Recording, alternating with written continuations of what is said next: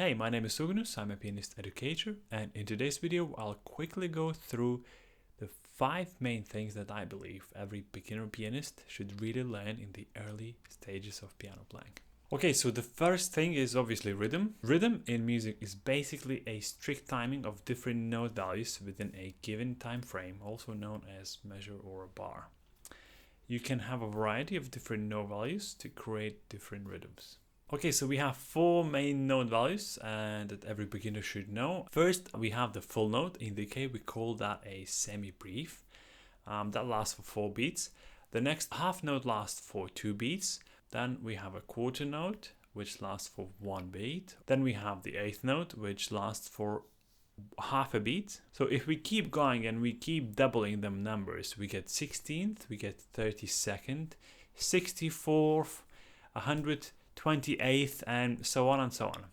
The higher the number, the shorter the note. The next big thing is knowing that all the notes in music are based on alphabet. There are 7 notes in total, and those are A, B, C, D, E, F, G.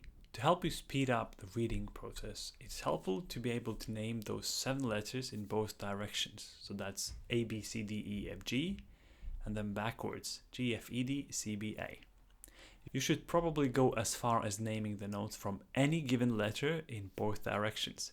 So for example, if you get the letter E, then you go E, F, G, A, B, C, D, E, and then backwards, E, D, C, B, A, G, F, E. That's simple. In some countries, music students use solfege when learning how to read music. So in this case, you'll do the same thing, just based on solfege. Okay, so now you must find out how to read sheet music. It's quite simple and way simpler than most people make of it. There are 2 main clefs that we're gonna use to read music from. Both of them have specific starting points that we look at when learning to read notes. The first clef that we have to look at is called the treble clef, and the treble clef is sometimes referred to as a G clef, since that little vortex-like shape in the center surrounding the line where the note G sits. Hence the name, G clef.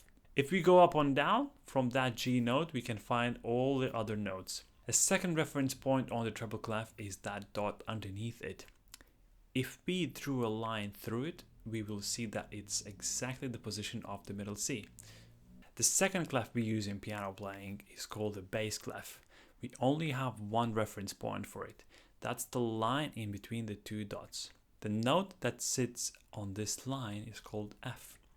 Again, if we go from that F note, we will find all the other notes that we need. That's it. So through practice, you will eventually memorize the exact positions of all the notes, and you won't need to think about those reference points anymore. This next thing is probably one of the biggest things you should know in music theory, and that's called circle of fifths. If you want to make sense of all the scales and how we build them up, all the key signatures, all the sharps and flats that come with it, you really want to start studying the circle of fifths. Unfortunately, there is not enough of time to go through the circle of fifths today, but I'll tell you this. Check out the description section down below, and I'll make sure to leave a link to one of the videos that I think really clearly explains the circle of fifths. You probably want to check Rick Beato's channel for music theory stuff. He's done some amazing things over the years, and I think he's a great music educator. Okay, so now we're coming to the last thing, which is scales. Scales are one of the main tools for building up good piano technique, and in general understanding a bit of music theory. Scales consist of certain amount of tones and semitones when put in a specific order.